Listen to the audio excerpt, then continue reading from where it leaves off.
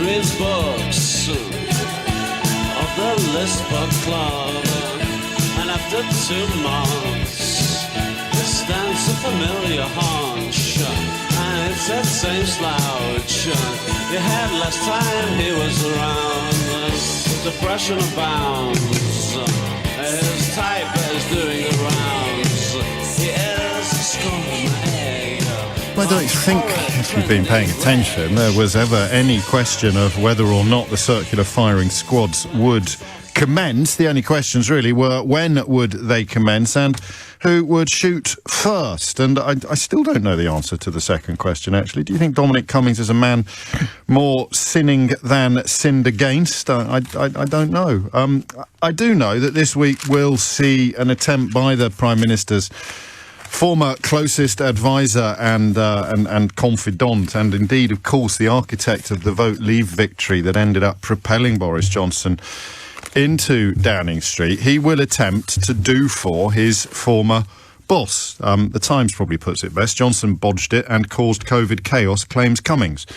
Fans of alliteration will be particularly delighted by that headline. My job, as ever, is to remind you that some 130,000 people now have died as a result of the pandemic, many of whom believed to have died avoidably as a result of government policy. And, you know, I again, one finds oneself reflecting upon the madness of the current situation, because I spent much of last year, and I do enjoy the cut and thrust of agreement and disagreement, but I spent much of last year being told by people that the government had actually done nothing wrong and the death toll or the death rate was not significant at all.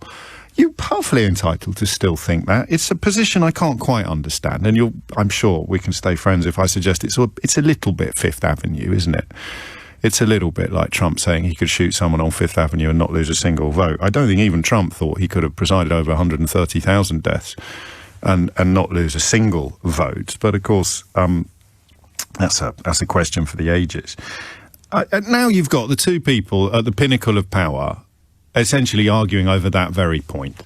Did Boris Johnson's dithering and delay? Reports at the weekend that the 5 Cobra meetings he missed was as a result of desperately trying to finish a biography of William Shakespeare, because he'd already used the advance for that book to settle his divorce from his last wife. I don't know whether that's true or not. We may never know. Cummings needs receipts. I'd get to you before we set up the phone in. I'll just give you a couple of quick crackers from those of us who pay far too much attention to some of these matters. Cummings needs receipts, all right?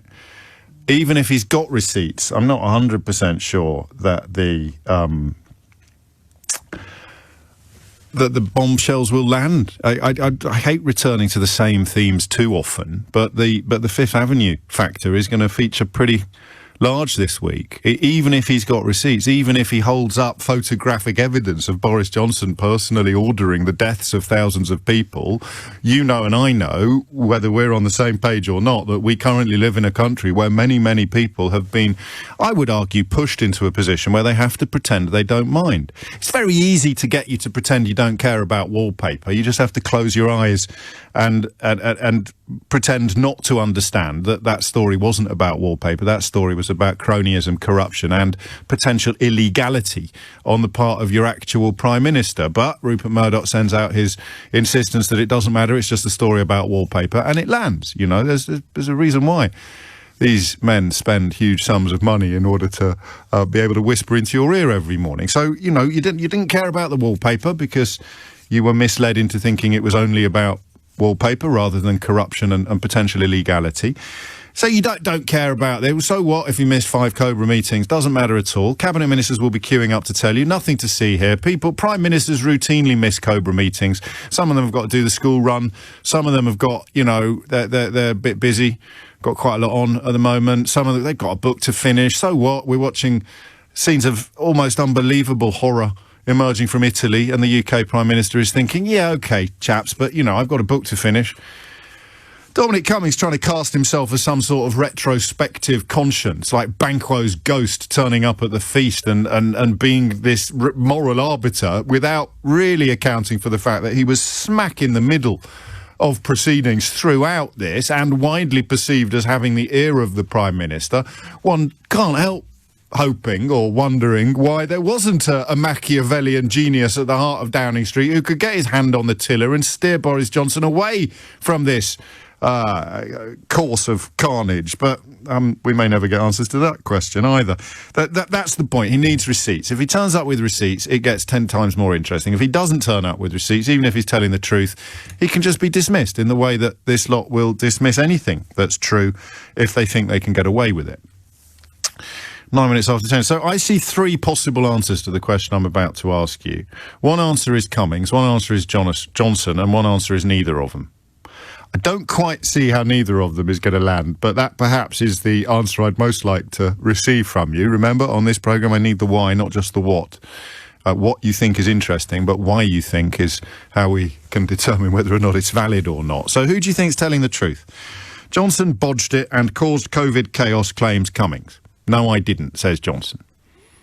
Who would you trust? And if it's going to be neither of them, then I need an account as to why. They are both so spectacularly dishonest and untrustworthy. Cummings presiding over the Vote Leave campaign that fed astonishing levels of misinformation into the Facebook feeds of the nation. Boris Johnson, as you well know, lied to everybody in his entire life, whether it's wives and mistresses, employers, party leaders or voters. But it doesn't matter, I hear that. And the third way would be, well, I don't believe either of them. Do you know, there's a little bit of me that leans towards option 3 on this, because Cummings clearly possesses that slightly sociopathic ability to completely rewrite history in the hope of casting himself in a more positive light. So I don't trust Dominic Cummings completely on this issue, even though the sight of a circular firing squad between these reprobates should be quite cheering. The minute you start thinking, oh, this is quite enjoyable, you remember that it's actually the national interest, it's national security and national health that are the pawns in these psychodramas.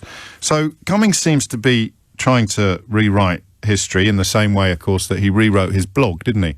He inserted something into his blog to make it look like he'd predicted the pandemic when it was quickly established that he hadn't. He'd added that after returning to work after the Barnard Castle debacle. Johnson, I think, only ever really tells the truth by accident, or if he thinks that the truth is actually going to be more useful to him than a lie. Where do you even start? The Irish sea border. Even at the beginning of this year, the Secretary of State for Northern Ireland was claiming that there wasn't one. Now you've got the Frost fellow claiming that they signed it because they were under pressure to do so due to deadlines that they'd imposed upon themselves. And now that they've actually read what they signed, it's pretty awful, and it's all the other fella's fault.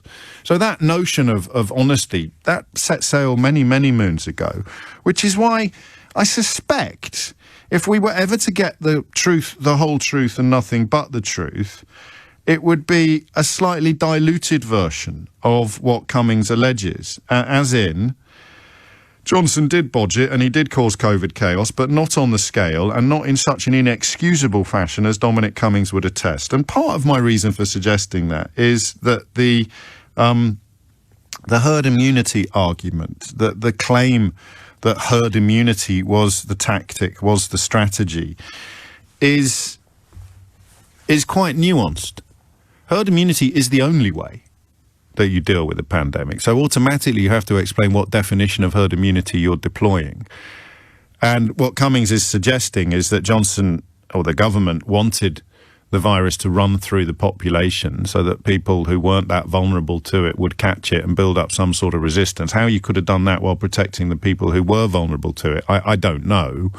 But it was clearly concluded fairly quickly that wasn't going to work, and therefore lockdowns were the answer. The lockdown came demonstrably late, fatally late, lethally late. I don't know how hard you'd have to be tugging your forelock this morning to pretend otherwise. And part of the reason why it was so late would appear to be a resistance to the very idea of a lockdown, and B, if Cummings is to be believed, the fact that the Prime Minister was a bit too busy with a biography of William Shakespeare to focus upon a pandemic that went on to kill 128,000 of the people he supposedly governs. Now, that's another one of those sentences that when I say it out loud, I can't believe quite how far we've fallen and indeed how fast we've fallen. You now live in a country where it is reported in your news that the Prime Minister was too busy writing a biography of William Shakespeare to really take firm leadership at the beginning of a pandemic which went on to kill around 130,000 of the people he supposedly governs. I'm tempted to say it again, but you know the facts, and a significant number of people remain persuaded that they shouldn't really care about it. Oh, it does. It's only 130,000 people. Who here hasn't missed a meeting because they were busy finishing a book that they'd already used the advance for to settle the divorce from their last wife while setting up home with their former mistress? I mean, it is just incredible, right? But the question's fairly straightforward for once today. 14 minutes after 10. Dominic Cummings alleges that Boris Johnson's incompetence and carelessness caused chaos that led to countless avoidable COVID deaths. That's Dominic Cummings, head of Vote Leave, best buddy of Michael Gove, consigliere to Boris Johnson, and now, it would seem, assassin-in-chief. So Dominic Cummings claims that Boris Johnson's incompetence and carelessness caused chaos that led to countless COVID deaths. Boris Johnson says, no, I didn't, folks, cogito ergo sum. And the rest of us either believe one of them or neither of them. I don't think that you can believe both of them, but this programme does nothing if it doesn't surprise me. A few of you saying that that clip on This Morning when he was talking to Philip Schofield proves that he was contemplating the idea of letting it rip through the population. I think you're right. I think he did contemplate it, but that was not the policy that moved forward. Not by the time the lockdown came in. So you've got that window between when he gave that interview, when that was clearly a conversation that was being had in Downing Street. I think there's a clip of Patrick Vallon somewhere actually saying that they want people to catch it. I could be wrong about that. Don't at me. And then clearly the inevitability, the necessity of lockdown became clear. And another area that Cummings picks up on is the false, as it turned out, the mistaken view that the British public wouldn't wear it, that if we went in too early, we'd get bored of it too quickly and we'd start fraying at the edges at a fatally dangerous time. Oddly, the British public has been a lot more cautious and on side with coronavirus privations than most of the newspapers have been encouraging them to. So there it is. Phone lines are open, 0345 60 60 973. Who do you believe? And I will want some evidence, although I guess if you want to ring in and just sort of shout, make Boris great again, and then sort of hang up, that's fine too. I'm just interested in, even if it's not a thought process that has led you to support of either of these men, I'm interested in whatever the process might have been. Is it an emotional process? Are we still so bogged down in Brexit that despite the fact Cummings delivered it, Johnson is still seen as the hero of it? Therefore, if it's a choice between Cummings, who actually delivered it, and Johnson, who accidentally delivered it, then you're going to go with Johnson because he's the public face of Brexit, even though Cummings was the private architect of it. Oh, what's happened to our country, eh? We haven't even mentioned Eurovision. 0345 60 60 973. Straight offer for you this morning.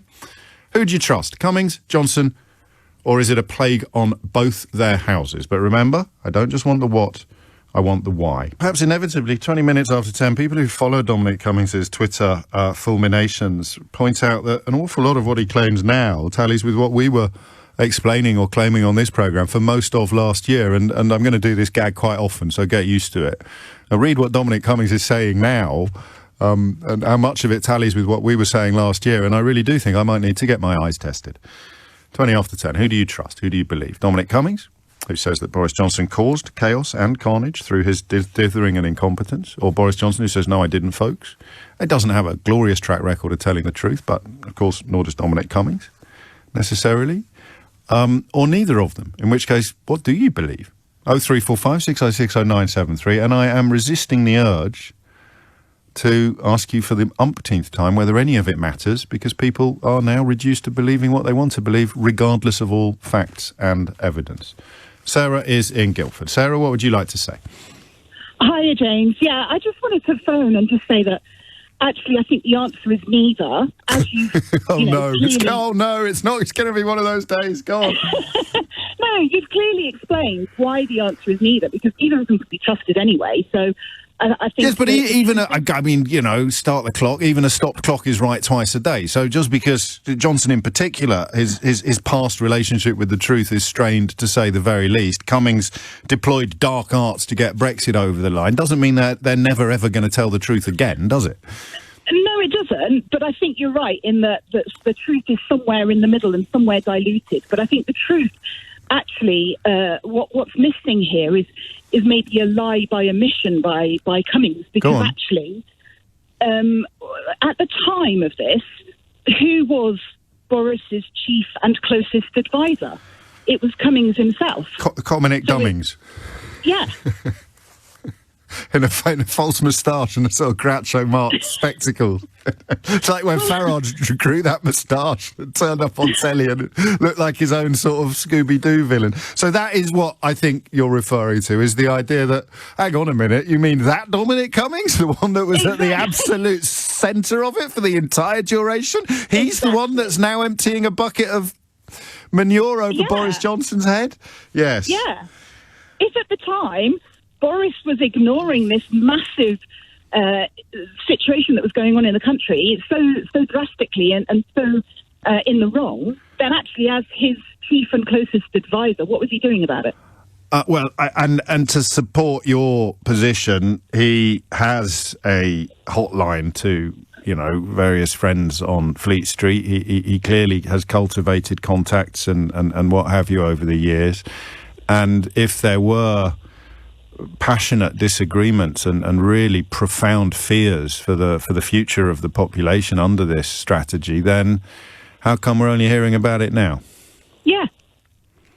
Is there an answer to that question? It wasn't rhetorical. I mean, I mean it. I mean, maybe he felt loyalty demanded that he stayed stumm, in which case it's hard to explain what he's doing now, isn't it? Well, potentially that is an answer, that he was showing his loyalty and they were in that sort of bubble together. And potentially an answer is that now clearly there is no loyalty, no love lost there at all. No, and he feels very bruised by the nature of his departure from Downing Street. So, I don't want to make it oversimplify things, but if you had to pick one, would you refuse? I mean, are you completely down the middle on I wouldn't trust either of them, a plague on both their houses? I wouldn't trust either of them at all. Not at all. OK, no, fair enough. So that's a score draw, I suppose. 24 minutes after 10 is the time. Maybe that's what Johnson's banking on, is that even if you kind of find his account pretty dodgy, you're hardly going to sign up to the Dominic Cummings is the most trustworthy person on the planet club. I don't know. That's why the phone lines are open. Thank you, Sarah. Perfect start. 0345 606 0973 is the number that you need. 24 minutes after 10 is the time. Alan is in Broxbourne. Alan, who do you trust? Good morning, James. I've been trying to talk to you for ages. I trust Boris Johnson. Right. I know that surprises you, James. Why would that surprise me? Because basically, I tried to get through before. I remember the date. I know you're going to say, no, this is not the point we're talking about. But when he announced 100,000 deaths, or when your programme announced 100,000 deaths, and I've always wanted to get this point across, because I listen to your show regularly. I'm very grateful. Could we just focus on today's phone-in? Would that be okay? Oh, no, but that's the trouble. You always want to just focus on that, and nobody gets this point across. All right, you just say your bit, okay? You come on every morning and you keep stating this 130,000 deaths, which you know is not true, James. Right. And I've got facts of it. Okay. But I have to listen to this every day. No, you don't, Alan. It's completely optional, mate. So how do I know what I'm saying is not true? Just very briefly, if you would, and then we'll get back to the phone-in with people who want to contribute to it. I'm contributing to it, James. No, you're not, Alan. You're pursuing entirely your own... which is fine. Just talk me through why I'm lying about the official death toll. Because my uncle died. He had 3 weeks to live. He went into hospital. He was dying. He phoned my dad up the day before and said, Maynard, I'm dying. I've got 3 weeks. Yes. He went into hospital and he died with COVID. Now, he's a statistic. On his death certificate, it said he died of COVID. Now, I'm very, very sorry for your loss. Why does that make Boris Johnson the one that's telling the truth at the moment? It doesn't make him responsible for the things that you say every morning. 130,000 deaths. Well, these are the official figures. I mean, you're welcome to use your own, Alan. Of course, I believe them. They're the only figures that are. Well, you choose your own number then, if you want to say how many people have died. Well, I've just pointed out a fact to you, James. And I'm saying you can choose your own number, Alan. I've got no beef with you on that. What number would you like me to say every day? Well, I'd like to say there's probably half that figure. Okay, so we'll say 63,000 people have died. Yeah. Dominic Cummings says an awful lot of them would still be alive if we'd gone into lockdown sooner and we hadn't flirted with this notional idea of herd immunity. So who do you believe? It's a wonderful thing, James, isn't it? He was there at the time, Alan. So who do you believe? I believe Boris Johnson. And why?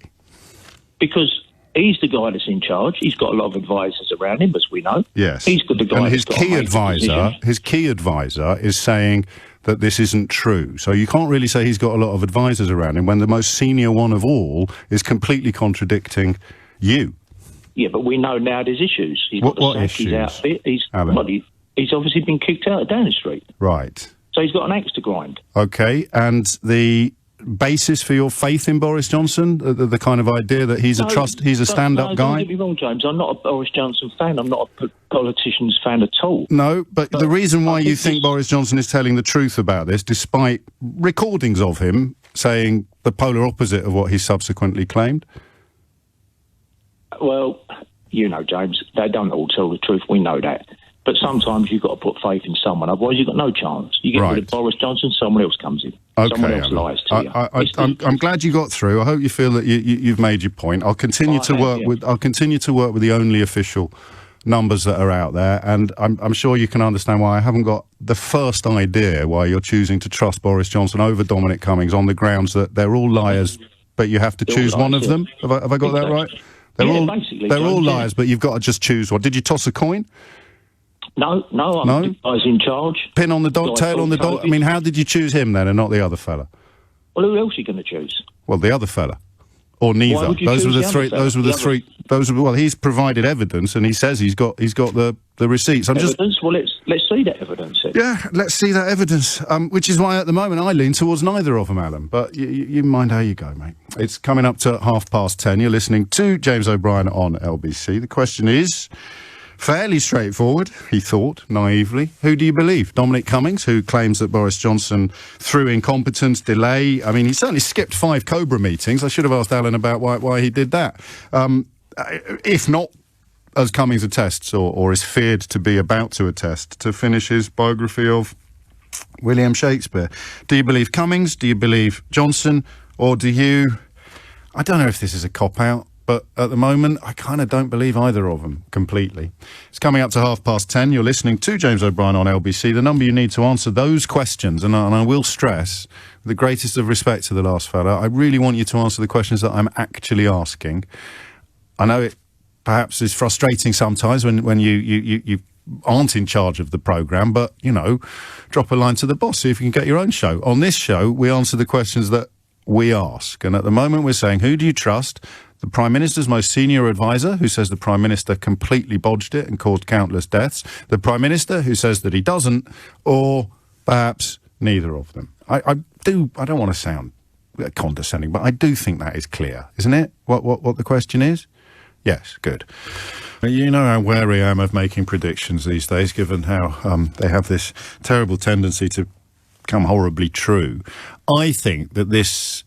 I hesitate to say this out loud because I probably got this one wrong. I mean, speaking to Alan really crystallises the thought. I don't think this will land in the way that Dominic Cummings wants it to land unless he's got the mother of all smoking guns. And I suspect that part of the process of this sort of disappearing under the same waves of manipulation and misinformation that the perceived or potential corruption at the heart of the refurbishment has done, or the Irish sea border has done, or the introduction of friction to our trade has done, or the increase in red tape for businesses has done, or the existential threat to British farming has done, or the complete shafting of British fishermen has done. All of these things have just somehow disappeared under the waves of what is increasingly hard not to call a personality cult. I suspect this one will go the same way. And I'm not going to stop telling you the truth, obviously, but equally, I am finding it increasingly hard not to suffix every instance of telling you the truth with that mild refrain, of course nobody cares, or not enough people care, or you're believing the people that tell you it doesn't matter, which I guess is fine up to a point. But I think that this one will disappear under the weight of arguments about what herd immunity actually meant. I think that's what's going to happen. It's going to get kind of subsumed in a pedantic semantic morass of meaning with regard to herd immunity. Because, for example, Boris Johnson had told the Italian Prime Minister in March of last year that the UK was aiming for herd immunity. This is a documentary that came out last year. And that was believed to be the theory that populations can develop natural protection to a virus once more than 60% of the population has caught it. He apparently said this. It came out on Channel 4's Dispatches in a call to... it was the Health Minister, Pier Paolo Siglieri, who told Channel 4 that Boris Johnson had said this to Giuseppe Conte on Monday, March the 13th. This tallies with what Dominic Cummings has said. So Dominic Cummings' account is supported by the Italian government. Boris Johnson's account is supported by, I don't know, his cabinet. They're a bunch of truth tellers. But when you start arguing about what was actually meant by the phrase herd immunity, I think this potential scandal sinks below the waves. I could be wrong. Who do you trust, Johnson, Cummings, or neither? Martin's in Ealing. Martin, what would you like to say? Hello, James. Thanks for taking my call. You're very welcome. The first thing I'd like to say about basically both sides of this argument is they're both second-hand car dealers. You wouldn't buy a car from any one of them, would you, really? Well, don't say that to anyone who voted Brexit, mate. Well, then again, that's another catch of lies that has been foisted on the British people. It's the mother of all second-hand cars. I bought a wonderful, shiny car. I ignored all those people who told me to look under the bonnet, because that was just Project Fear. Turns out there was nothing under the bonnet, but I knew that all along, and it's also the EU's fault. But anyway, we digress slightly. Just because you don't trust either of them doesn't mean that neither of them are ever going to tell the truth again. Oh, listen, it's not a question of trust on this issue. This is a question of evidence. Go on, then. And it's as in most things. And there is evidence that the herd immunity programme that was initially being foisted and offered around, yes, where the Philip Schofield interview was one. Patrick Vallance did say, and I remember him saying it, that herd immunity was wanted. We need people to catch it, or words to that effect, exactly, I think. Exactly. Again, it's like everything else. I think Cummings on this occasion, even though I don't trust him as far as I could launch him off the end of my toe, I think he's quite a skinny fella. That's probably quite far. I do believe that he on this occasion is offering the truth, yes, based on the evidence that's been propagated in the past. But I think, and I hate to say this, I think a lot of the media and press over the course of this pandemic has pandered to the other side of this argument and is now put their lot in with Johnson, and they've got to see it through to the end. And they will help this sink below the waves, no matter what evidence Cummings comes forward with, because it's in their interest to. They have an agenda which they are following from their owners and their press barons that exist, that they are going to follow that code to make sure that Johnson continues along the path that he's dictated without fear or favour. And is there anything that could disrupt that path? I mean, this is what I mean by the smoking gun, because I suspect you're probably right. I do believe that unless Cummings, and let's be honest, he was on the inner circle. He knows how the game's played better than most. Yeah. He must have, I would think, to come forward with the statements he's made. He must, if he's going to stand by those statements, must have the evidence to support it. It's just a question of whether the media is man enough to stand up and say, OK, we're not going to follow the party line we've done in the past. We're actually going to do what we're supposed to do, which is scrutinise the evidence and hold these people to account for what they've done. But that, as you suggest, might involve too much sort of mea culpa or retrospective admissions of mistakes. Also, much of the media are currently far too busy letting Priti Patel lecture the BBC on ethics to focus on. Don't get me started on that one. Priti Patel is talking about changing immigration regulations. She needs to look at what's happened with the Windrush. That's disgusting what's happened there. And she now talks about the need to change things. You've had 10 years to change things, and you've absolutely crucified members of Windrush. Well, 2021 died without compensation, and the process is taking 5 times longer than it was supposed to. But no, hang on a minute, mate. A little bit of balance. She did get the little badge made for her special fancy anorak in double quick time.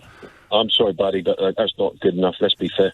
We shall have this conversation on another occasion. We do actually have it fairly regularly, and I think, again, sort of back patting territory, I think probably in greater detail than anywhere else in the British media at the moment, as indeed have our coverage of some of the coronavirus stories been, which is why it's so odd now to see Dominic Cummings, persona non grata this time last year, essentially arguing the same points that we spent most of last year arguing, even pointing to some of the countries that we pointed to. And I didn't do so from a position of any expertise whatsoever. I just did so from what I thought was a sort of epidemiological objectivity, pointing at countries like, most obviously some countries in the Far East that did so well with testing and tracing as the result of their near misses with SARS and MERS, which are coronaviruses, that we could even have avoided lockdown altogether, as I think Taiwan did. Although, you know, the new variants and the continuing problems mean that the league tables are going to shift for the foreseeable future. 10:41 is the time. It's tough, this, and it's pretty awful that we're reduced to this as a country. Which of these two liars do you believe on this occasion? I think Martin probably nudged me towards Cummings is right, but it won't matter because Johnson has got...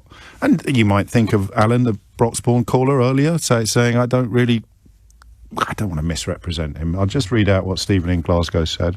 Callers like Alan are so thoroughly depressing. How many people who think like him now populate the UK? No wonder we're in the mess we are in. To be fair, I think Alan was quite excited to get through and make the point about the death rates that was obviously very, very important to him. And in his defence, perhaps he hadn't prepared a proper answer to the question that we're actually asking. So maybe just step back a little bit, Stephen, if you would. 10:42 is the time. Jay is in Bromley. Who are you going to trust, Jay? Neither of them. I don't think either of them are trustworthy. And what's going on here is a game of the prisoner's dilemma, which I'm sure you're aware of. Yeah, but remind me. Go on. You've got 2 prisoners, and the police are interviewing them, A and B. If A and B betray each other, then each of them serves 2 years in prison. If A and B both remain silent, they only serve 1 year in prison. But if A betrays B and B is silent, B will serve 3 years in prison. I did it at university. I'm sure it was pithier than that when we studied it. There's a more digestible version. Silent, yes. Keep your mouth shut and nothing will... You'll get the minimum. You'll get away with the minimum. If you both start talking, you're both going to get hurt a little bit more. But if one of you stays silent, the other one's going to get hurt most. So Cummings is going to come out this week, and unless there has been the mother of all mis-selling scandals this weekend, he is going to try and really nobble Boris Johnson. But the question is, who really cares?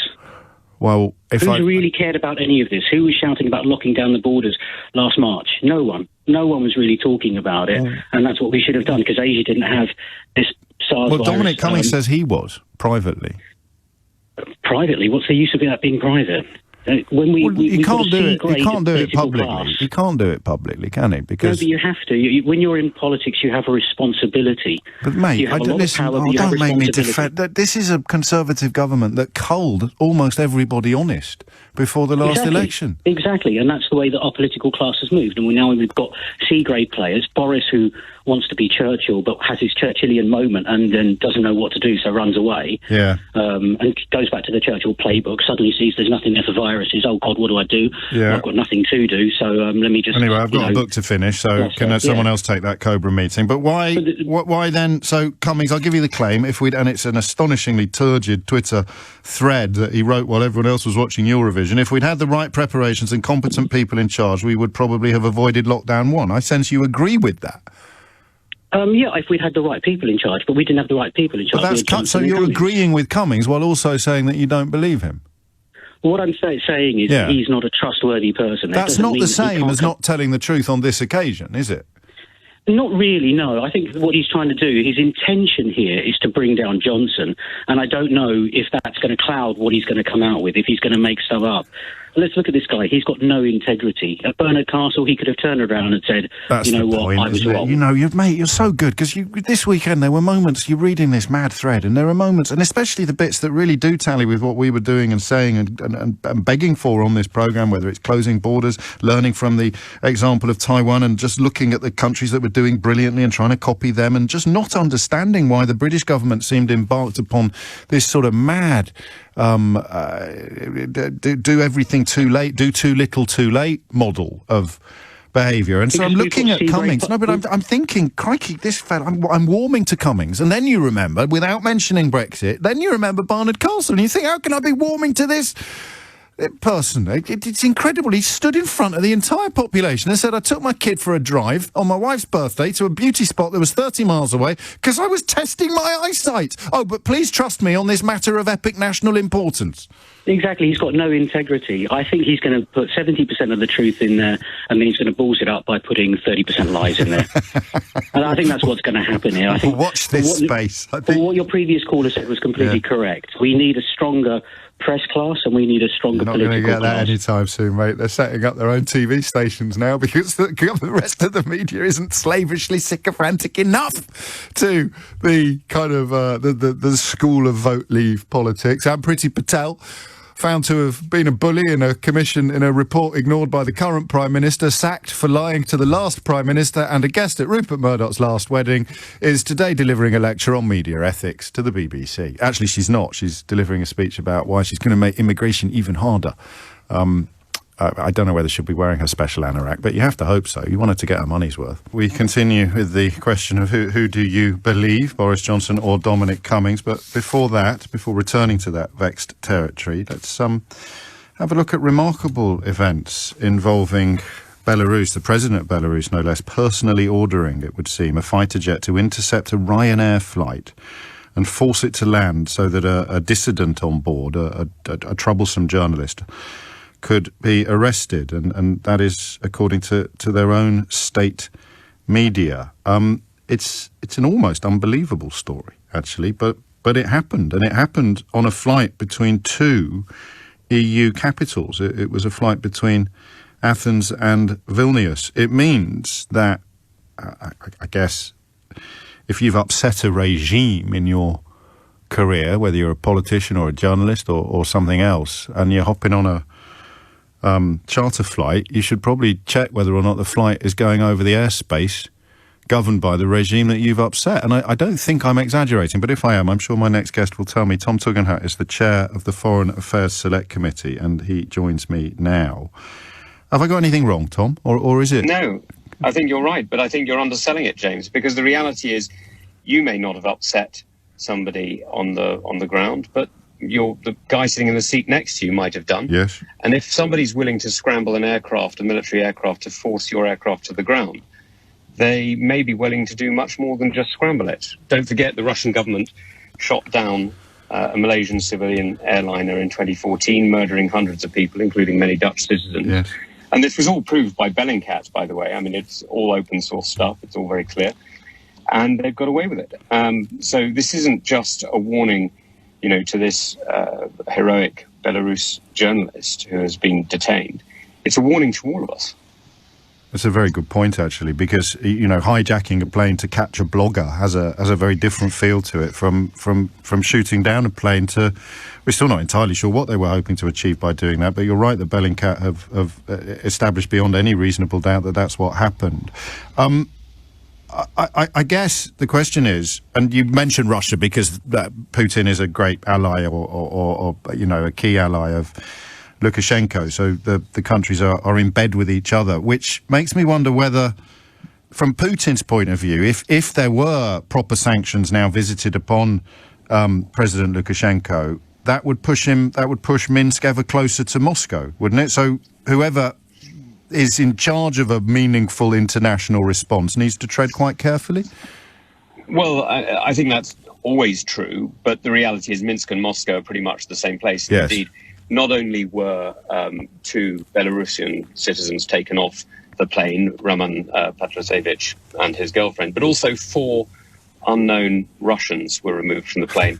There's strong suspicion that they may have been GRU agents who were on the plane in order to assist with the so-called bomb scare, which was a hoax in order to force the plane to the ground. So, there's a very strong possibility. I mean, we'll have to wait and see what is proven, but there's a strong possibility that there is a Russian connection here too, because the idea that Lukashenko would have acted like this without Putin's direct permission, I think is highly unlikely. So what does the response look like? I don't want to, for once on the programme, Tom, I don't want to necessarily bring Brexit into it, but it is one of those international scenarios where the bigger the body, the more effective perhaps the response will be. And this is a flight between 2 EU capitals. Well, that's absolutely true. It's also, by the way, a flight between 2 NATO capitals. Yes. So you can look at it like that as well. And I have to say the EU reaction, and I speak here as, like you, James, somebody who supported the European Union, that the EU response has been woeful. Yes. The Transport Commissioner welcomed the fact that everybody had landed in Vilnius. Now, that's clearly not true. Somebody who'd been given asylum by a European Union state and therefore was recognised under EU rules as a political refugee was removed and detained in an act of piracy, hijacking and kidnapping. So it was a pretty silly statement. And the statement from Charles Michel, the chairman of the council, of the commission, the council, forgive me, yes. Well, frankly, it's hard to understand why as well, because, even if it was only words, they could certainly have issued more meaningful words. We could criticise them for not backing them up with actions, but even the words are mealy-mouthed and inadequate in this case. I agree with you. And, and actually there are some very quick actions we should have taken yesterday, whether EU, UK, or just internationally. First, call an investigation by the International Civil Aviation Organization, a UN body charged with supervising civilian air transport. Second, expel the Belarus government from that organization so that it doesn't try to influence it.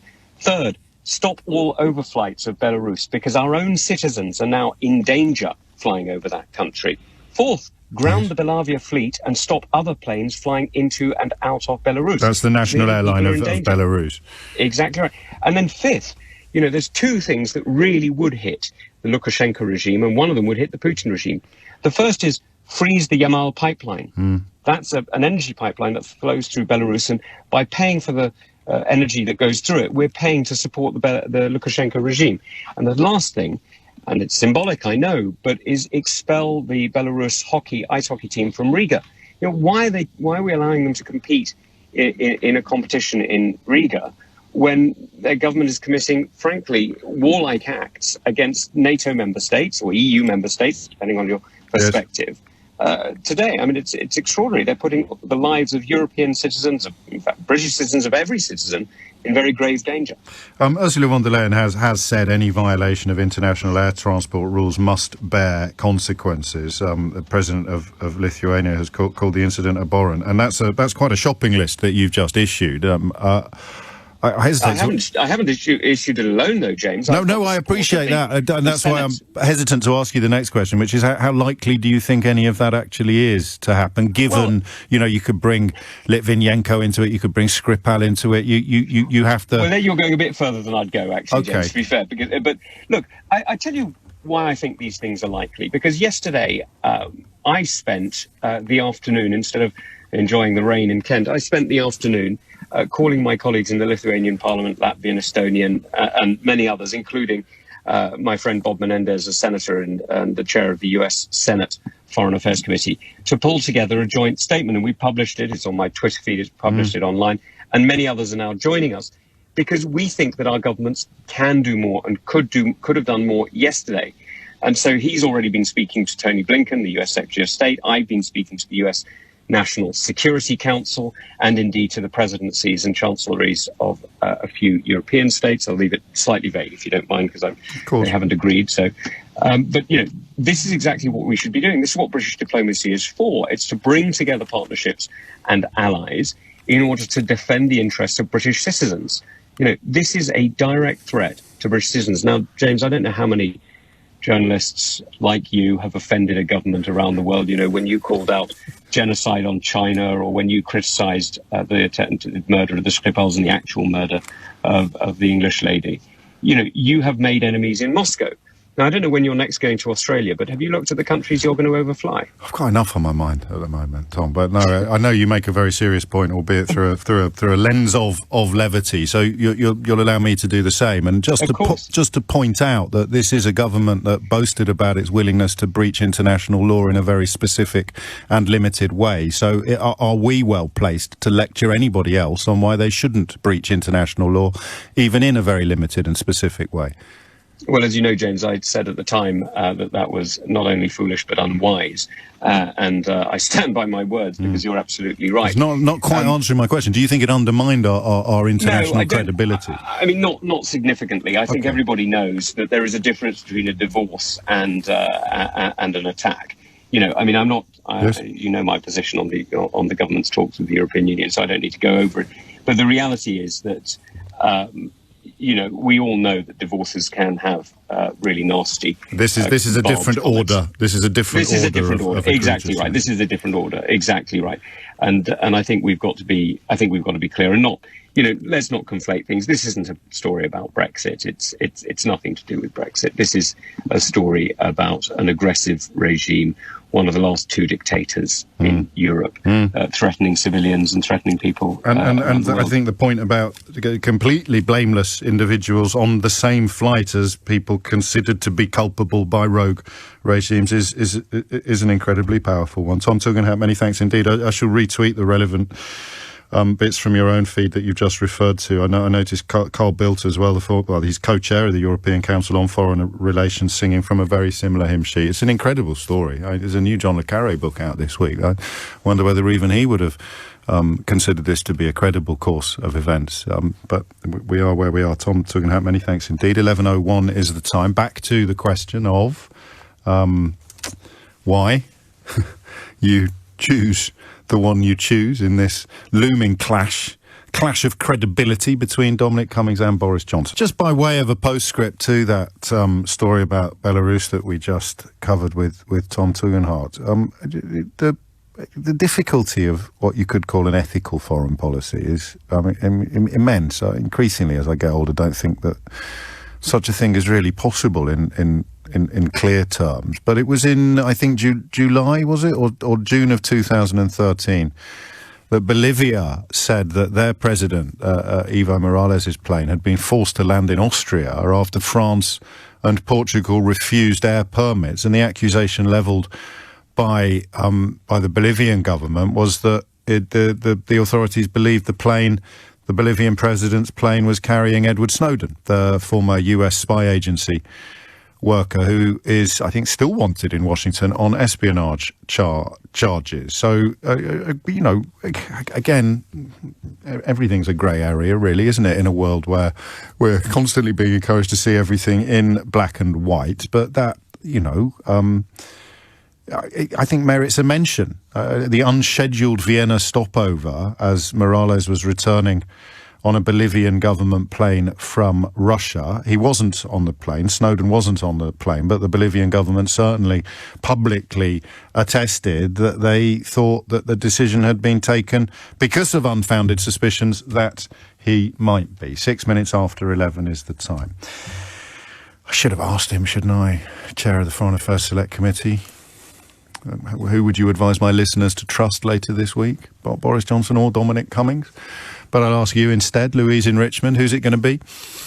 I don't think either of them are trustworthy, and I think everyone knows that. I think most people know that. Do you? I don't like to sort of hark back retrospectively to individual callers indefinitely, but I wouldn't struggle to find people who at least at entry level will always believe Boris Johnson. They think Boris Johnson is a stand-up guy. So it's slightly unhelpful when we queue up on a programme like this to say they're both as bad as each other. That there is still clearly in the country a widespread belief that Boris Johnson is actually telling the truth. It's just that he hasn't perhaps got around to it yet. I think he's hugely popular. Yes. But I don't know whether people think that he tells the truth. I think most people know that he's a bit of a ducker and diver. And we're back to that caller from a couple of years ago, but I know he's a liar, but it upsets people like you, so I love it. That's going to be one part of the constituency. People who... I mean, the problem now is that you just make a quick list off the top of your head. Irish seaboarder, frictionless trade, fisherman. All of the promises he's made have been broken, and yet still people think that he's their man. He can be trusted. I think he's done something right, and they have really impacted people, like furlough and vaccinations. Yes. So therefore, they're willing to forgive him. But maybe I think the big thing is, and I think the biggest thing at the time when people were voting is, what is the alternative? If Boris goes, who is going to... Hang on a minute, I'm not doing that phone-in. That's coming up later in the week. I think that's the problem, why people see it all as white noise. Yes. And it's just like, yeah, we know he's chaotic. Yeah, we know he tells lies. Yeah, we know... They're all as bad as each other. Actually helps the ones who are really bad. Absolutely, absolutely. And, and also, I don't think it helps when the press get bad press, if you see what I mean. Yeah. Because then they think, oh, God, the press banging on. Don't they realise? Because the actual thing that really impacts them are things like furlough and vaccinations. And if they see that, I mean, those were master strokes, and they kind of outweigh all the integrity. I think a lot of people are not naive to know that government. No, I think you're right, but that doesn't explain. Lies. Yeah, no, that's fine. I mean, that's a neat analysis, perhaps, of the vaccination bounce and the consequences, the political consequences of paying people's millions and millions and millions of people's wages for the best part of 18 months. I think that probably got underestimated in the Hartlepool by-election, but that doesn't explain. Cummings could be telling the truth on Wednesday. I think he probably is going to tell the truth. I do think he is. I think he is nearer to being telling the truth on all of these. And I think he's making a very calculated drip feed of things until he tries to bring... He's trying now, but until he brings Boris Johnson down. And I think it's like watching a divorce play out in public. Yeah, but that's the problem. He's not doing this to save lives. If he was doing it to save lives, he'd have done it last May or last March. He's doing it to hurt Boris Johnson. So even if he's telling the truth, he's morally dubious. I think people see that. Yeah, I hadn't thought of that. I should have done. Sorry. I think people see that. I think people see Cummings as a sort of, Yes, fair enough. Because he's so unpopular, it's like, who are you going to back? Well, I know he's at fault, but, do I care enough? I don't, because Cummings is really a character that I really dislike. And if you wanted to like him on this occasion, because your enemy's enemy is your friend, then you'd have to close your eyes to the fact that if he's telling the unvarnished truth, then he sat on his hands and then lied about Barnard Castle while all of this carnage was unfolding. This avoidable death was... Absolutely. So it's kind of... He's already shot himself in the foot, so he's got a long way to go.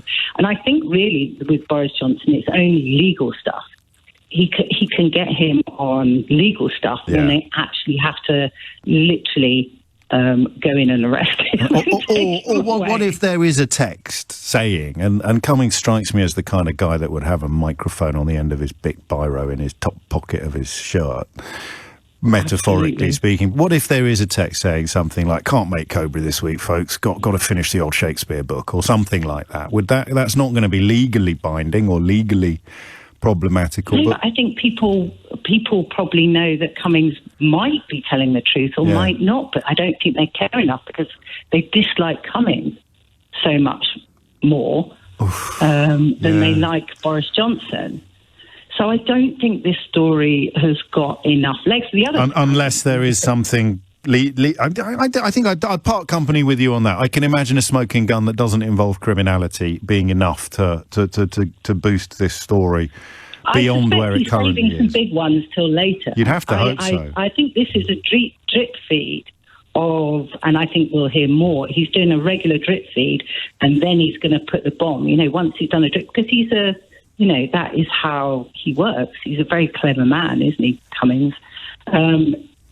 So So I think we won't have heard the last. This is going to be a constant. And you know that the big guns of the sort of Murdoch, Mail, Barclay Brothers media are already lining up to tell you that, no, none of this matters, doesn't matter at all, people don't care. It's not as if he drank a mojito on a train or bought a field for his disabled mum's donkey sanctuary. None of this matters. Everybody move along, nothing to see here. I hadn't thought of that. I should have thought of that. Thank you, Louise. That very simple point, that even if Dominic Cummings is 100% telling the truth, telling it now makes him complicit in precisely the carnage he's trying to pin on Boris Johnson, I would argue. 13 minutes after 11 is the time. I read out complaints whenever I can, but my goodness me, there are so many, it's hard to keep up. Is it possible for James O'Brien to stop trivialising Priti Patel's presence at an arrest of a... And here's the problem. You don't say suspect.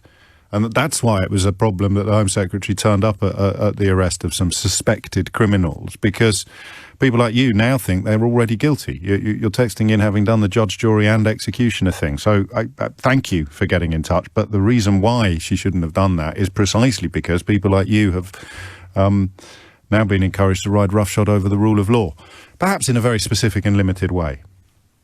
But there we are. John's in Helgheim in Norway. John, what would you like to say? Hello, thanks for taking my call. And yeah, lovely show. It's all right. It's early doors. It's early doors, but I'm pleased with it so far. Carry on.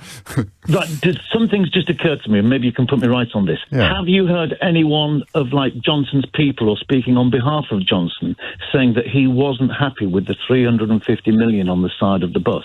Have you heard that? I think he did. Did he not? Didn't he deny that he had anything to do with it, and then a photograph popped up of him standing in front of it? I think Cummings realises that one is vulnerable, that he's in a position where he could get blamed, where already we can see Farage says, well, I wasn't happy with that 350 million on the side of it, a lot of the things that went on. Yeah, we tend not to take anything he says seriously. Yeah, but we never did. Yes. Brexiteers have been trying to distance themselves from Brexit because it's obviously going wrong and there's no good news to do with Brexit or COVID coming anywhere soon. How dare you? What colour is your passport, John? Maroon, I think. Well, so I think Cummings realises he's vulnerable and he's getting his retaliation in first. He's not an idiot. He's going to have proof. And well, okay.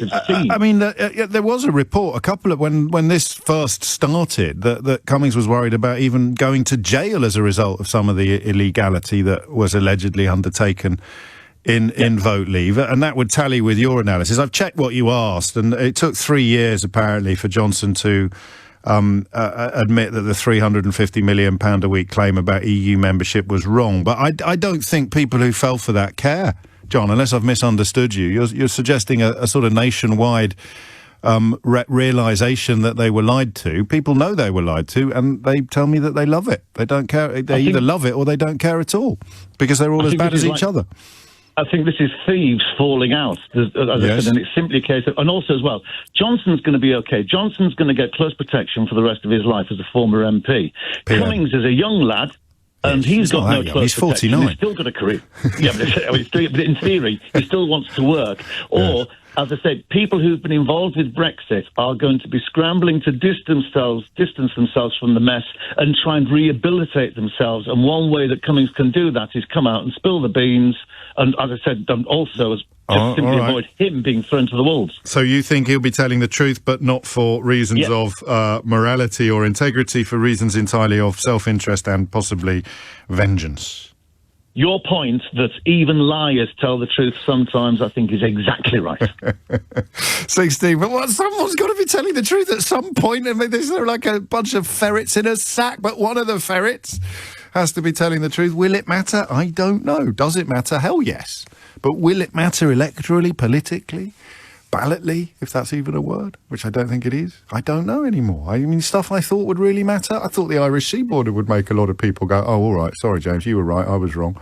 I thought the Australian beef would make a lot. The farmers being thrown under, oh, right, sorry, James, you were right, I was wrong. The fishermen, oh, right, sorry, James. The red tape, the friction, the trade, all of it. No, absolutely not. Everyone needs to shut up and move on. It's got to be the only time in history that the winners have objected to the conversation about their alleged victory continuing. But here we are.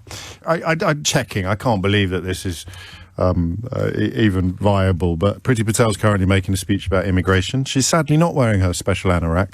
The really tough one, a tough anorak. Get me the tough anorak, says Dolores Umbridge. I mean Priti Patel. But we'll have a look at it. The problem is, of course, that Boris Johnson announced his engagement to his current girlfriend on the front page of The Sun today. And given that the bloke who wrote it used to go out with Boris Johnson's current girlfriend, I think we can all presume that there's a patina of truth to that particular tale. How convenient on a day when arguably everybody should be talking about the rift between the two men perceived as having led our response to coronavirus, one of them accusing the other of really lethal negligence. And then lo and behold, I think it's the second best-selling newspaper in the country now, The Sun. I think the Mail has overtaken it, but there's some confusion over measurements and counting. I forget the precise details, but I think one outfit almost pulled out of the official counting statistics. But hey-ho, it would be too much, wouldn't it, if Priti Patel had suddenly decided to deliver a speech about immigration in the same week that everybody was perhaps being tempted to talk about how you can trust both of these men when they are biting chunks out of each other. Theo's watching that particular speech so that you don't have to. If she says anything interesting, we will catch up with it shortly. 22 minutes after 11 is the time. Peter is in Oxford. Peter, who do you trust? Hello. Neither, of course, but the truth is, even the stop clock is right twice a day. And Dominic Cummings, in this case, I think it's more plausible than Boris Johnson. What does Johnson have to lose? An awful lot if he admitted that Cummings was right. Yes. And not only would that hurt Johnson himself, but it would hurt his ministers, all of whom have been queuing up to back him. And imagine that they say... But the same ministers queued up to back Dominic Cummings after he claimed that he'd driven to Barnard Castle to test his eyes. I don't know that the idea is still relevant that by saying something on a Monday that turns out not to be true on a Tuesday, you'll be held to account for it on a Wednesday. I think that Brexit in general and Johnson in particular have got rid of that old model of politics for now. All dipped their fingers in the blood, haven't they? I mean, they've all been made to lie and lie again. And once you start lying, when do you stop? But I mean, I think it must be doubly painful. And first of all, we have to lie for Cummings, then lie for Johnson, then change the mind because Johnson retracts. So he can't afford to retract. It's just going to be too complicated for him to do that. But even though I think technically Cummings is right in what he says, I have no reason. Oh, we'll try and get your phone line fixed, Peter, because I do want to hear the end of your analysis, but you went a bit south there. Apart from Alan earlier, who believes Boris Johnson, but I don't think Alan would mind me saying couldn't really explain why, just generally cross about stuff. It would appear people believe Cummings, but that is not necessarily going to land the punches that may be necessary or that Dominic Cummings may be hoping to land for two reasons. Number one, that idea that, well, look, here's someone talking about Priti Patel. I think she's hugely popular, straight-talking Home Secretary who doesn't pander to the left, popular lady. So people like that, no doubt, also, think Boris Johnson is a stand-up guy, and there's a lot of them out there.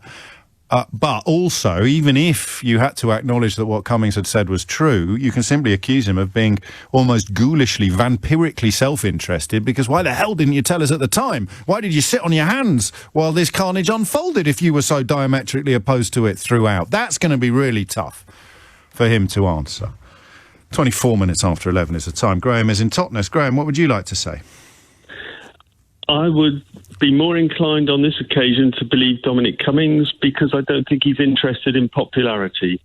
No, but he's interested in legacy, isn't he? I think he wants to be recorded as... Well, he wants to be recorded. He wants to be remembered. Well, he's changed the world once already in his life, hasn't he? He has. Not necessarily for the better, but certainly he has changed it. He has. So his legacy is assured as far as that's concerned. I don't think he's bothered at all about publicity. Otherwise, the really, this is vengeance. Would have been done. This is vengeance. This is his nose has been severely put out of joint. He feels that he was, like a lot of men, he feels that his old mate's new girlfriend is I mean, women have done for me, I'm just speculating here, but that level of vitriol and bitterness and regret is clearly immense, but that doesn't mean he's not telling the truth. Well, the culture has been one of loyalty above everything else, and he was, and now he's being kicked out and he doesn't like it. It hurts a lot. But that doesn't mean he's not telling the truth. I guess I wonder. No, it doesn't. No, absolutely does it not. undermine him? Does it undermine him though? That you know, if I was running distraction on this, I'd just talk about the hell hath no fury like a former advisor scorned. Well, as always, I find it difficult to disagree with that. So, you know, I think that is absolutely right. It all comes down to motives. Somebody said to me once, I quite enjoyed this, you hire somebody because of what they do. Yes. While they're doing it, you see how they do it, and you sack them because of why they did it. and motives are really, really the key to all of this. And ultimately, it will be the undoing. Because of why are all these lies being propagated all the time? Eventually we'll see the truth, but whether it'll be in enough time, who knows? I'm a clairvoyant. I swear to you I hadn't read this already, but I always think when you're looking for the most absolutely a predictable and ridiculous defence, the most forelock-tugging defence of Boris Johnson, you turn to a Rupert Murdoch paper and you hope that Trevor Kavanagh has written a column, and here it is. Here it is today. Vengeance is unattractive, says a senior government figure who backed Dom from the outset as Boris's iron fist. It ruins his reputation and undermines all he has achieved. The more he attacks, the more he damages himself. And I'm going to ask you a question, Graham. Do you think now that they bring Prince Harry into it or not? Well, I mean, that's just a matter of time. What's interesting They've already about that, done it. It's a bit like Prince Harry is doing to the royal family, a top government source has told the Sun columnist Trevor Kavanagh today. So that line about vengeance is there. Yeah, it's already out there. I hadn't realised. It didn't work. It didn't work when Johnson stabbed Gove in the back, though, did it? Or was it the other way round? It was the other way round, but that was when Gove felt that Boris Johnson wasn't fit for government. Brackets, I'm in with a chance of landing the big job myself, close brackets. Now Michael Gove is adamant that Boris Johnson is fit for government. Brackets, I've put my own ambitions on pause, but they certainly haven't gone away. And I'm also an old mate of Dominic Cummings'. Close brackets. Thank you, Graham. Back to Peter in Oxford, who was cut off in his prime. Peter, you're about to give me your sort of concluding analysis, I think. Can you hear me now? Loud and clear. So basically, I think Cummings is complicit. I mean, he sat in on the SAGE meetings in March of last year. He was the conduit by which SAGE, at least we believe, we don't know for sure, but the SAGE decisions were conveyed to Johnson. So Johnson was looking at the world through Cummings' eyes. Yeah. So to say that Johnson made decisions unilaterally is bizarre. Now, we know that Cummings rewrites history. He rewrote his blog about the coronavirus pandemic. So what advice he gave to Johnson at the time is not known. It may well turn out that, in fact, his views at the time were very different. He's proven right in retrospect.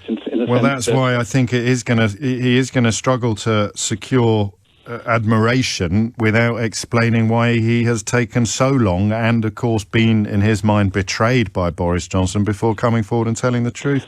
Well, there's no admiration at all. I mean, did you ever see the film Fatal Attraction, the bathroom scene? Well, yeah. Where they think she's dead and suddenly she leaps out of the water. And she's still alive. You think that's Dominic Cummings is the Glenn Close character? Cummings is the Glenn Close of the scene, I think. Who's the rabbit? Unfortunately, I think we are. Oh, well played. Yes, we are all rabbits now. How giddy I get when I stumble across things like this. So I suggest to you that the way that they will try to bat this away, people who've lied about Brexit, who lied about the Irish border, who lied about frictionless trade, who lied about fishermen, who lied about farmers, who lied about this, who lied about the other, who ignored the bullying report into Priti Patel. How on earth are they going to spin their way out of this one? And I suggested that they'll try and portray Dominic Cummings as an advisor scorned and say, oh, he can't be trusted, it's all vengeance. And then I turn to page 10 of today's Sun, and here it is. Even his fans are shocked by what they see as blatant revenge for his sacking last November, which he blames on the PM's soon-to-be wife, Carrie Symonds. So page 1 of the Sun. Boris Johnson's getting married. Don't look over there, look over here. Boris Johnson's announced his engagement. Don't look over there, look over here. Flip to page 10, and a senior government figure is apparently telling Trevor Kavanagh, the former political editor, vengeance is unattractive. It ruins his reputation and undermines all he has achieved. No matter of whether or not he's telling the truth. Because the truth doesn't matter. All that matters is the spin. And the spin is, don't listen to Dominic Cummings. Don't even worry about whether or not he's telling the truth, because he's very cross and vengeful. The truth doesn't matter. All that matters is the spin. Oh, and while you're at it, don't worry about that wallpaper story. If very, very rich people want to secretly siphon money into the pockets of the Prime Minister, then there's nothing to see here. Absolutely nothing to see here. That worked. And I suspect so will this. I am often asked, which is got to be up there with the top 10 most pompous openings to any sentence or paragraph, but I really am often asked what the sort of biggest ones are, what the reasons, the breaking points as opposed to the penny drop moments might have been. And I do honestly think that lying to the Queen, for me, all bets were off from that point onwards. The proroguing of Parliament and the deliberate misleading of the Queen. And you know, my slightly overworked theory of forelock tugging and cap doffing went into overdrive then. I thought, because, they sent Rees-Mogg to do it, of course, and people who claim to be patriotic, who like to drape themselves in flags, or who think that they are defenders of the national interest against the dreadful forces of modernity, you would have thought that if anything were going to put their noses out of joint, it would be watching one of their heroes mislead the Queen and Parliament, the great sovereign Parliament, being prorogued unlawfully. But I think, I could be wrong, and please, if I'm describing you now, then do correct me, I think you were persuaded to hate judges, weren't you? Was it judges that you were persuaded to hate when this lot misled the Queen and prorogued Parliament unlawfully? Paul Dacre, the former editor of the Daily Mail, had set the groundwork beautifully after calling judges enemies of the people. Thank God there aren't any warnings from history about governments turning on judges, or indeed media outlets turning on judges, turning on the rule of law. If there was, we probably would have ended up in a country where a government minister could stand up in Parliament and defend the intent to break international law in a very limited and specific way. So I think for me, so you say, well, of course it matters. At some point this has to land. And I say, if lying to the Queen doesn't knock the gloss off these geezers, then I don't think anything will. I don't get it. I study it daily. I talk about it endlessly. Absolutely reasonable to respond by saying, I don't care about this, I don't care about that. But if you had to pick the mothership of our kind of weaponized detachment from everything that we used to hold dear as a country. Obviously, Brexit is the mothership. But in terms of examples, post-Brexit examples, I don't care if they lie to the Queen, but also God save the Queen and down with anybody who doesn't know the words to the third verse of that song. Hang on a minute. How can you be a patriot if you're in favour of the unlawful proroguing of your own country's sovereign parliament? Don't ask complicated questions, James. Just keep moaning. Right? How can you claim all of this pseudo-patriotic nonsense as your own if you weren't absolutely outraged when Boris Johnson sent Jacob Rees-Mogg to mislead the Queen? See, I know there aren't any answers to that question, and that's why even if Dominic Cummings turns up with the mother of all smoking guns this week, I think that column in The Sun is setting you up or provides a neat little insight in how they'll pretend that it doesn't matter. Oh, hell hath no fury like a Dominic scorned. Yeah, but is he telling the truth? Hell hath no fury. Vengeance, vengeance, vengeance is mine. Yes, but is he telling the truth? Just don't take any notice of what he's saying because he's really cross. But is he telling the truth? Oh, I think you'll find that he's just very bitter. Is he telling the truth? That's enough now, thank you. Next, we've got to leave. We've got another engagement elsewhere. Who do you believe? And I may add to the mix. Does it matter? I think we're going to talk about Eurovision in the next hour. I could be wrong. I'll let you decide. But I do find some of the responses. I saw responses veering from, we got 0 points because Brexit. I don't buy that, and fewer people can find as many roads leading back to Brexit as I can find. Germany only got about 6 votes. So I think the main reason we did so badly was because our entry, sadly, was not up to sniff. Quite a strong school of thought suggesting that you've got to do it in the minor key. You sing in the major key, you're not going to get anywhere in modern Eurovision. You've got to go in the minor key. But I saw Brexit on one extreme, and then on another extreme, people were making observations about Hitler and the Second World War. And this is a song contest. So I do sort of want you to tell me later why we did so badly, but I don't want you to sound too bonkers if that's not an unreasonable request. But there are other issues that may demand our attention. 11:39 is the time. Joe's in Lowestoft. Joe, who do you trust? Well, I trust Cummings. And I trust Cummings because Boris Johnson told me to trust Cummings.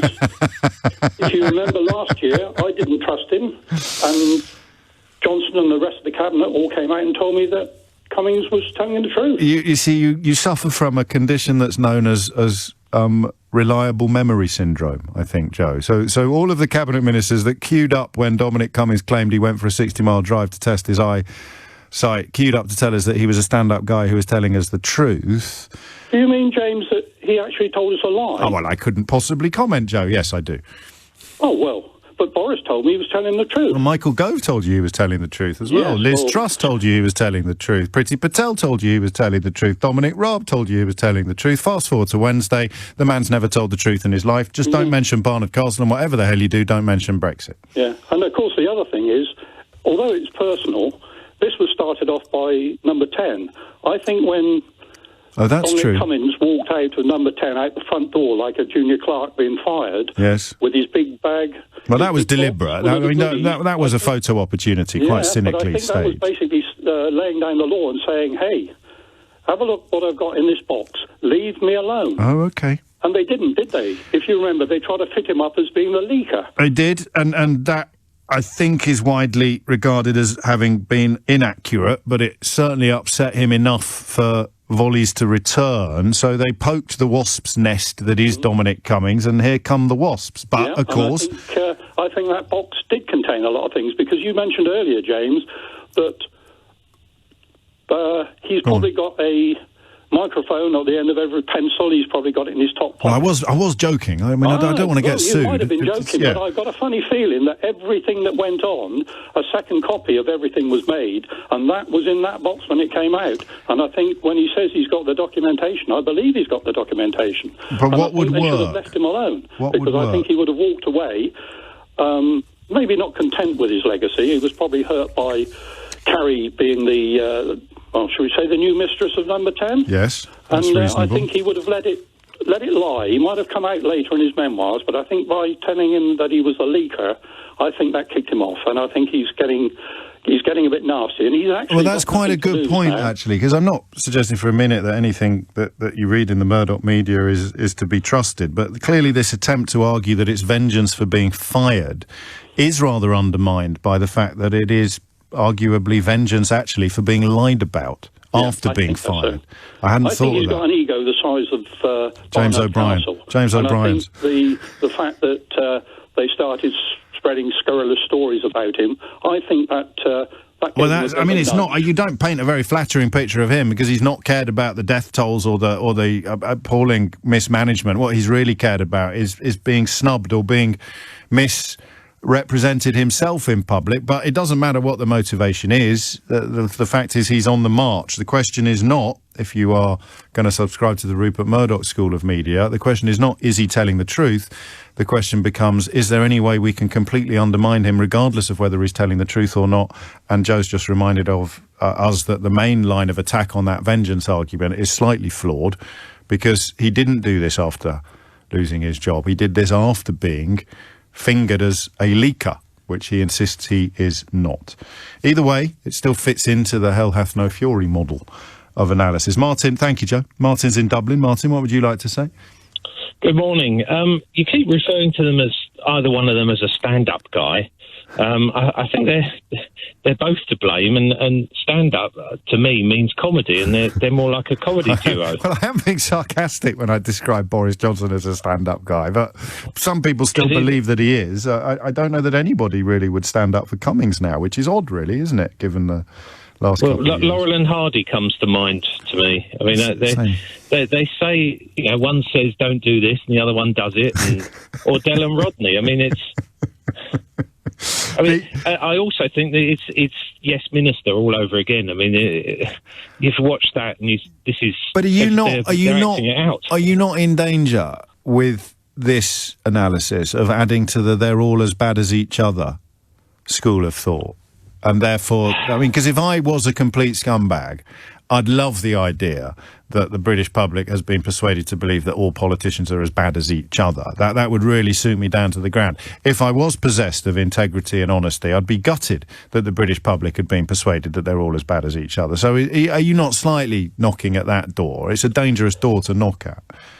I admit I seem to be, but I also think that maybe Dominic Cummings has got a book to sell, maybe, and that's why there's a lot of hype coming up. I don't know. I mean, there probably would be a book deal on the table at some point, but I don't know that he'd want to be hyping it up yet without any publishers' announcements. And also, he would have signed the Official Secrets Act, so there'll be some areas that have the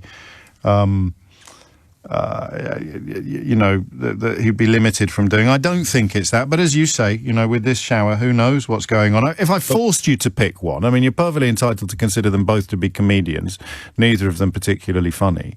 If I forced you, so come Wednesday, he delivers his damning verdict. Johnson moves tanks onto various media lawns either to deny it or to seek, more likely, I think, to discredit and undermine Dominic Cummings himself, having defended him over the Barnard Castle lies. If I forced you, if your life depended on trusting one of them, which one would it be?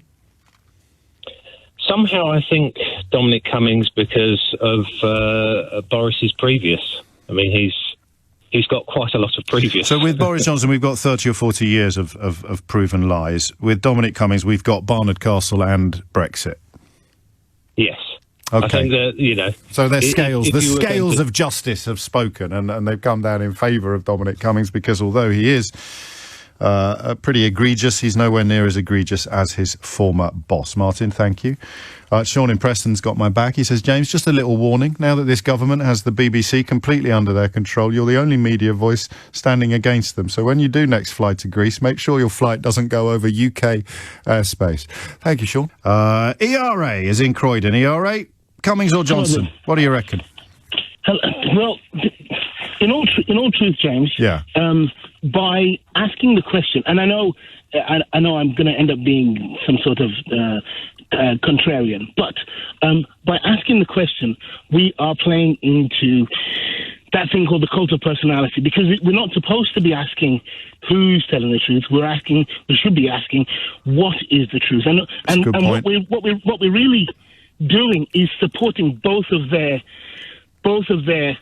very, very dubious agendas, because we know the reasons they are speaking at all are both disingenuous, but we also know that there is some truth in what both of them are saying, and there are mostly lies in what they say more generally. But the problem is we have been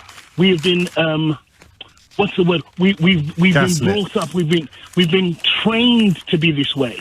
We've been trained to be this way, like we were children, to focus on this, so that they can eventually say, no one cares. Because when somebody's giving money to Boris Johnson in a corrupt way, they can say, no one cares. COVID's big. No one cares about all this change. Then when it's corruption regarding COVID and people are dying, they can say, no one cares. And now they don't need to give an alternative. They can just say, no one cares.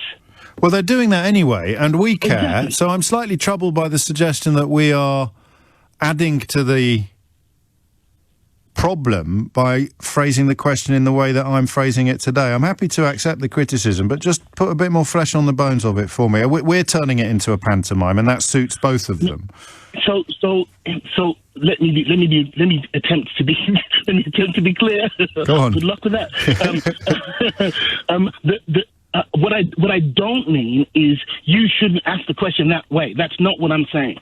What I'm saying is the way that we're almost forced to ask the question, i.e., who's telling the truth, what we're really asking is which of these people we know to be liars could possibly be telling the truth. And we are filled with disgust because we know choosing either one completely covers us in muck.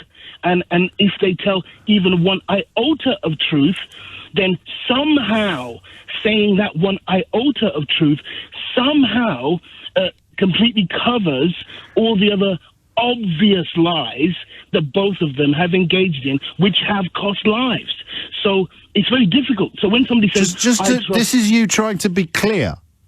I did laugh at the attempt. Before I'm laughing with you, not laughing at you. I did laugh at the attempt. Okay, so how then, if you've got two people offering up two very different versions of the same events, You can't not ask which one is telling the truth, but how do you ensure that the pursuit of the truth, because that is why I found the piece in The Sun very relevant, saying, don't worry about the truth, don't worry about the truth, just worry about the motivations. How do you reprioritise the truth over the personality clash? So the challenge we have... See, the challenge we have, I'm asking you to do my job for me. So it's a challenge I have. You're all right. You can ring in whenever you want. Here's my attempt in what must be, I don't know, a few seconds left. Yeah. Here's my attempt. My attempt is this. While we have to ask the question, who's telling the truth, it is valid. What we should couch it in is, regardless of the answer to that question should not be used to paint anything else. So even if Cummings is telling the truth about this, as opposed to Boris telling the truth, that fact should not be applied to any, as if it were to infer any integrity or anything of value on the teller. All right. Let me paraphrase that for you. What you're saying is, regardless of what happens this week, if one of them emerges as telling the unvarnished truth, don't let that retrospectively rehabilitate their reputation, because they're both a pair of massive liars. Yes. Okay. So, that's why they pay me the silly money. This is why you are paid what must be called the big bucks, and I'm calling in hoping chicken to feed, get according a to Boris millisecond Johnson. of your time. Yeah, well, I'm very grateful to you, and I hear what you say, but the problem there, of course, is that the truth doesn't matter anymore, because these are the people that said there'll be no border in the Irish Sea. Trade will remain frictionless. Oh, we don't even go back to the German car industry will gallop to our rescue, or it'll be the easiest deal in human history. These are the people that said that farmers and fishermen will prosper. These are the people that said there'll be less red tape. So I don't know. These are the people that misled the actual Queen. You got it wrong, James. There will be no, and I repeat myself, let me be very clear. Non-tariff barrier. No. I can't. My callers laughing at their own jokes. That's my job. Nick's in Nouvelle-Aquitaine in France. Nick, bonjour. Bonjour, James. Thanks very much for taking the call. How are you? That's a potent French accent you've got there, mate. I could smell the brie from here. What are you going to do? Pick a side for me, if you would. So, Dominic Cummings. Yes. So, listening to what your callers have said, and you also, it reminds me a bit of the situation in the US when Cohen, the lawyer for Donald Trump, testified. Now, both he and Donald Trump have a long and well-documented loose relationship with truthful and ethical behaviour. They've had it for I many understand years. the parallel, actually. And here's the thing with respect to Cohen's testimony, as I recall. He had evidence. He had compelling evidence that corroborated his testimony. I think it was a check signed by Donald Trump. And perhaps there wasn't enough made of it as there should have been. But it's if ongoing, Dominic Cummings can present evidence... so this is where the parallels kick in, is that even if Cummings stands up with absolute documentary proof, the invitation from, if Boris Johnson chooses to emulate Donald Trump, the invitation will be to ignore the evidence of your eyes and ears and just instead to listen to what I tell you. Yeah, I mean, evidence has to matter. You know, and if I can speak, and you'll understand this, I think, as a bona fide journalist who cares about the truth. Allegedly. You know, if I can speak in more general terms, you know, this approach of undermining compelling evidence as hearsay, this so-called post-truth era, is part of a much larger global threat. You know, there are forces all over, in Britain, in Europe, in Asia, in the US, in across North America, who are trying to make the case that if all sides are lying and all sides are equally unethical and amoral and without scruples, and if they can muddy the waters intensely enough so that nobody can distinguish fact from fiction, and above all else, if evidence, even evidence, no longer matters in terms of public opinion, then we are in a very serious place. Well, I think we're already there. I mean, I genuinely do. And I mean, you know, for that long litany of examples that I could give you, I don't think we're as bad as America is, but we're certainly on the same path, potentially. Absolutely, I think you're right, and I think it's in this dark space where authoritarians are finding their niche. And then you turn to people like Max Hastings, writing in the Times today, not a million miles away from where you are. Max Hastings, of course, a former editor of the Daily Telegraph, an employer of Boris Johnson, talking about how he has borrowed from Trump a contempt for rules and precedent. So Nick in Nouvelle-Aquitaine and Max Hastings, former editor of the Daily Telegraph, united in their disdain for Boris Johnson. Strange times.